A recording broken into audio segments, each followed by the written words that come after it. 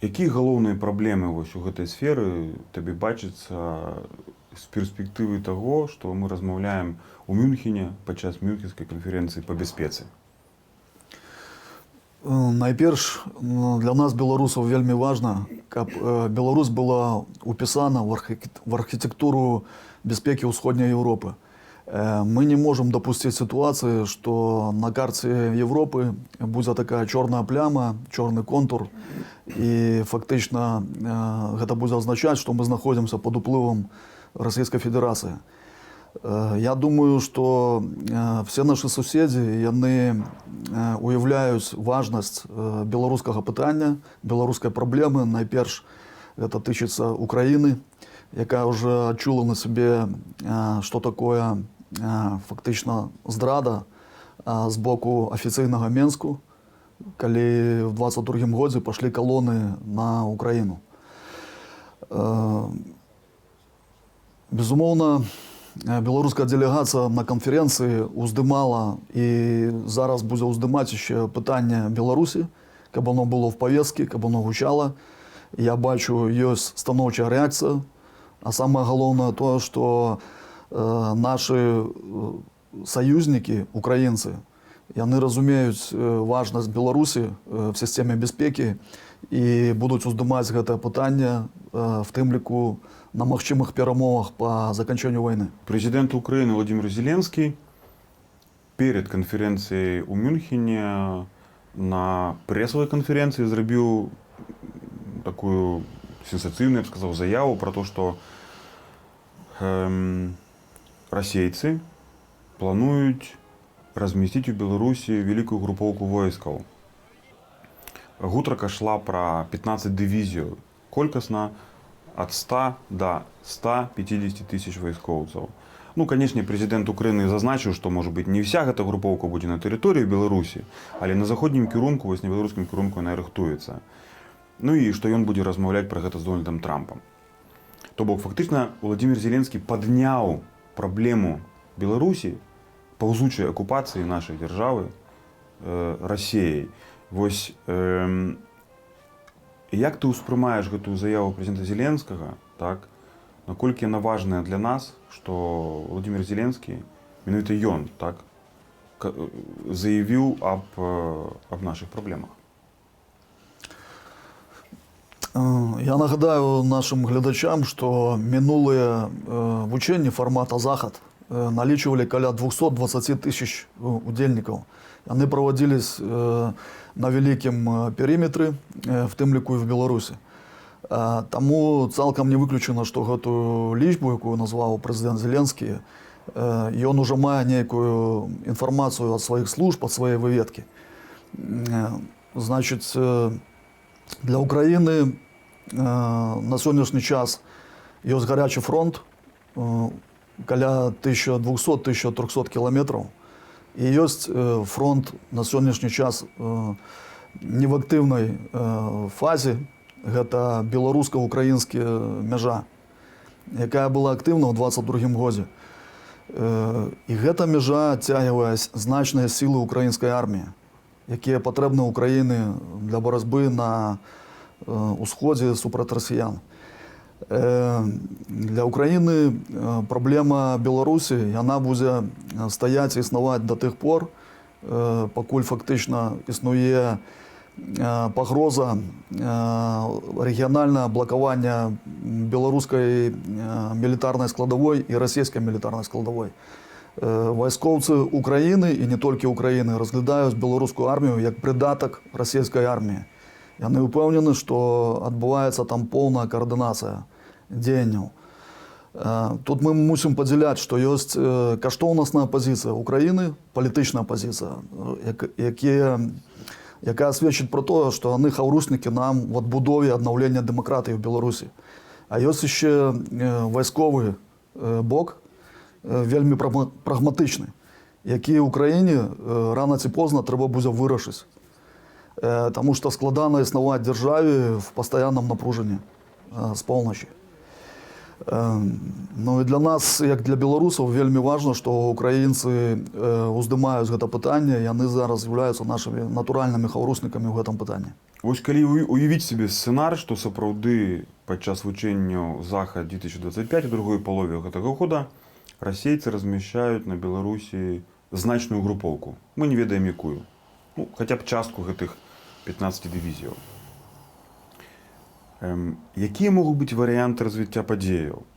Ці гэта толькі вучэнні руцінныя, дзе расійскія войскі зайдуць на тэрыторыю Беларусі, а пасля іх выйдуць, ці не? Ці гэта нешта большае? У 22 годзе Путін і Лукашенко выкарысталі вучэнне як дымавую завесу для стварэння ударнай групоўкі, якая пайшла на Кіеў.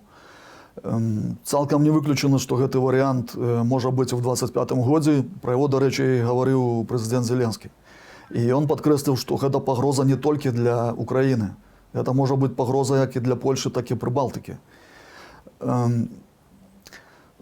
Для нас вельмі небяспечна тое, што рэжым падпісвае новыя ўгоды з расіянамі. Фактычна гаворка ідзе пра стварэнне сталых вайсковых баз на тэрыторыі Беларусі. Для нас вельмі важна, каб гэтыя вучэнні наогул в ідэале не адбылись. Калі мы знойдзем інструменты, каб прыкласці намаганне і спыніць іх.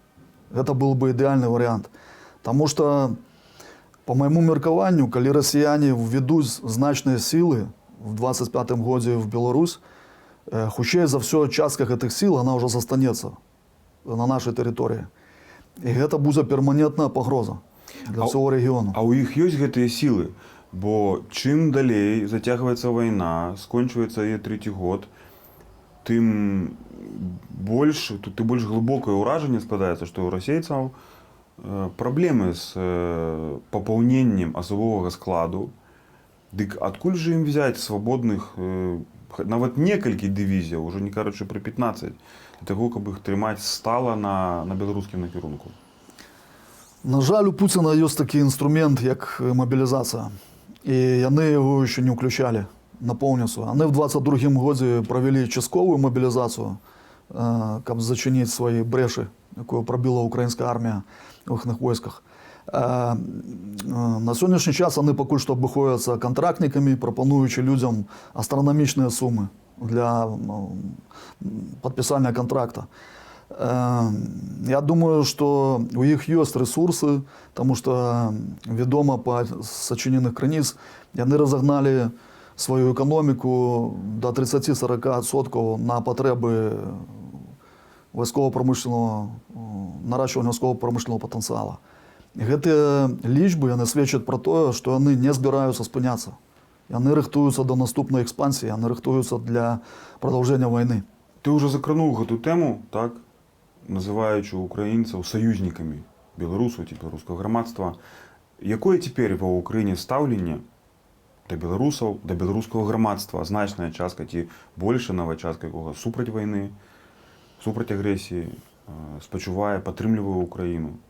Беларускія добраахвотнікі змагаюцца ў шэрагах ЗСУ.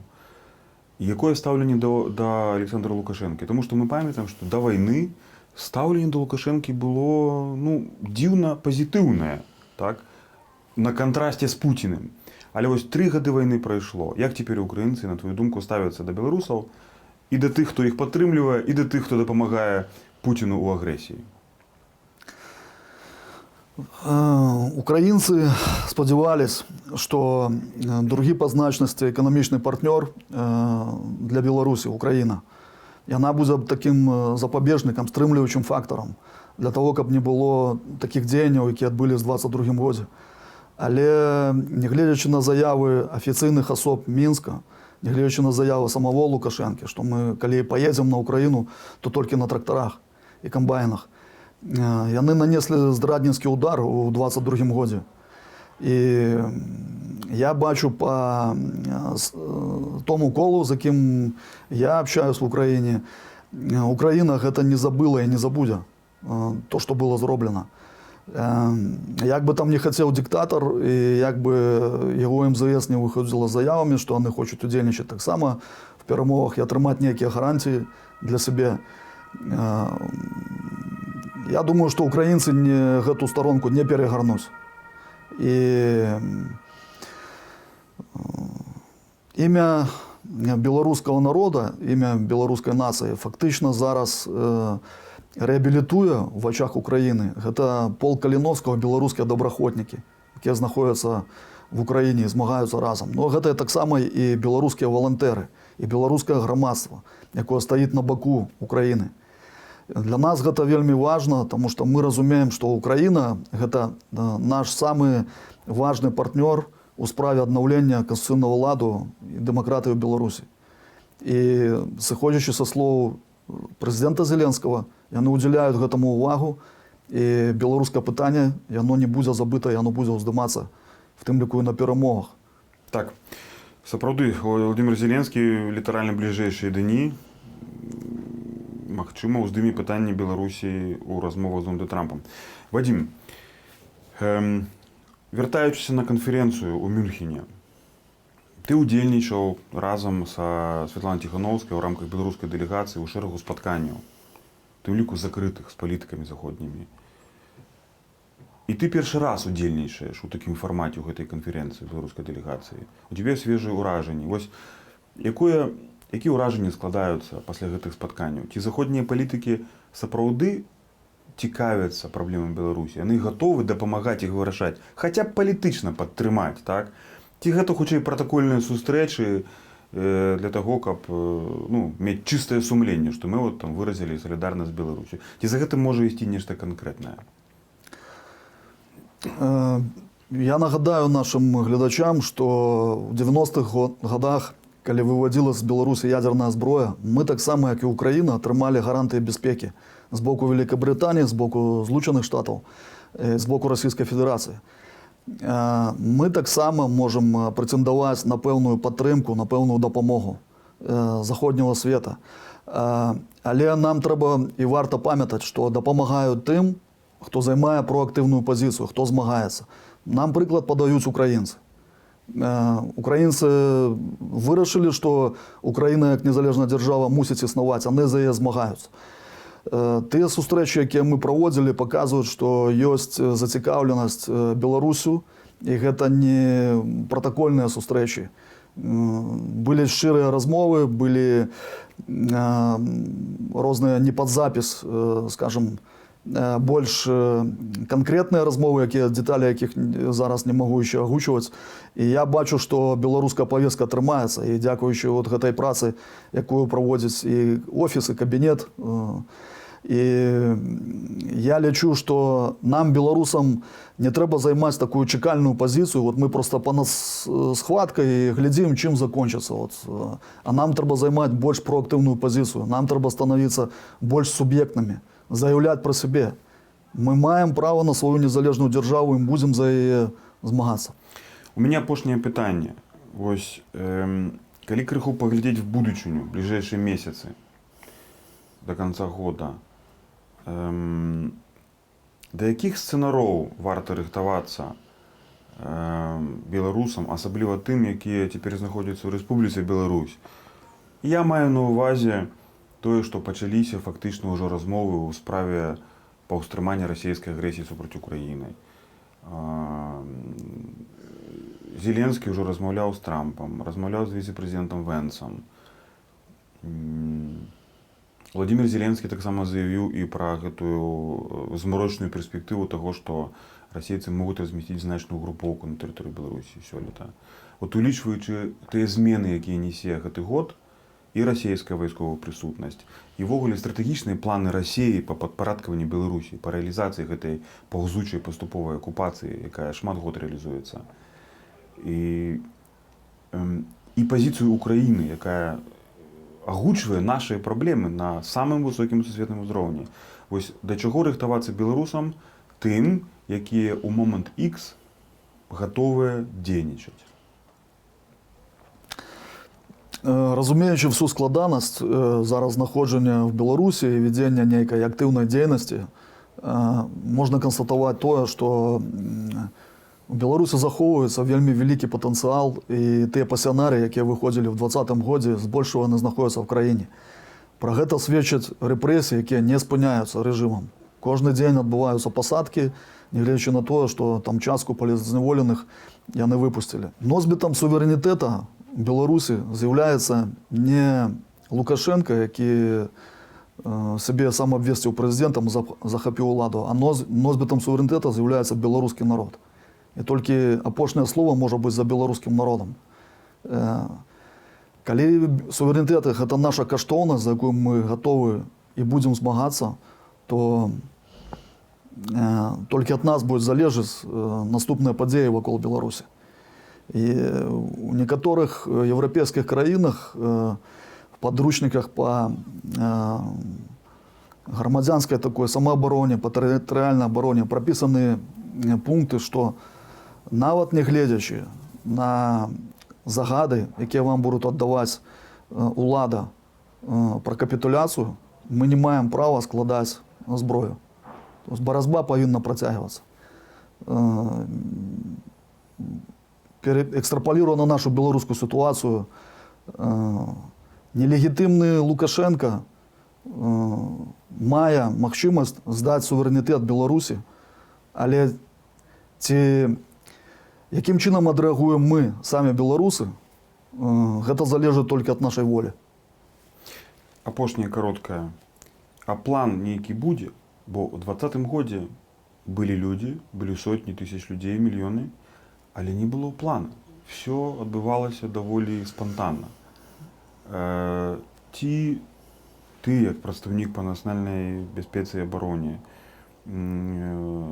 Святлана Ціхановская, беларускай дэмакратычнай сілы, гатовыя падрыхтаваць такі план альбо некалькі варыянтаў планаў дзеяння, натуральна, не для публікацыі, на вось такую аварыйную сітуацыю, калі памрэ Лукашенко, захварэе, адбудуцца нейкія крытычныя змены. Напрыклад, Беларусь будзе ўцягнутая ў вайну, альбо расейцы атакуюць Украіну зноў з тэрыторыі Беларусі. Варыянтаў можа быць шмат.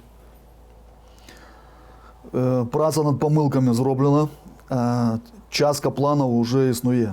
У нас ёсць два базавых сцэнарыя. Гэта будзе ці далейшая эскалацыя, ці магчымае замірэнне. І вот нам трэба распрацаваць планы на все выпадкі магчымых падзей. Я скажу, што 2020 год паказаў пра тое, што грамадства хоча змен. Грамадства гатова было тады да дзеянняў. Да, в пэўным рэчышчы. І адсутнасць фактычнага такого цэнтра сталага, які бы там сэнсоўна мог кіраваць тымі пратэсным патэнцыялам у 2020 годзе, гэта была наша праблема і наша памылка. Так вот, я спадзяюся, што і астатнія дэмакратычныя сілы, яны таксама улічаць гэтую памылку, і мы выйдзем в бліжэйшы час уже з гатовымі сцэнарыямі і гатовымі інструментамі. Дзякуй, Вадзім. Я нагадаю, што моим суразмоўцам быў Вадзім Кабанчук, былы намеснік камандзіра палка Каліноўскага, а цяпер прадстаўнік аб'яднанага пераходнага кабінету па справах абароны і нацыянальнай бяспекі.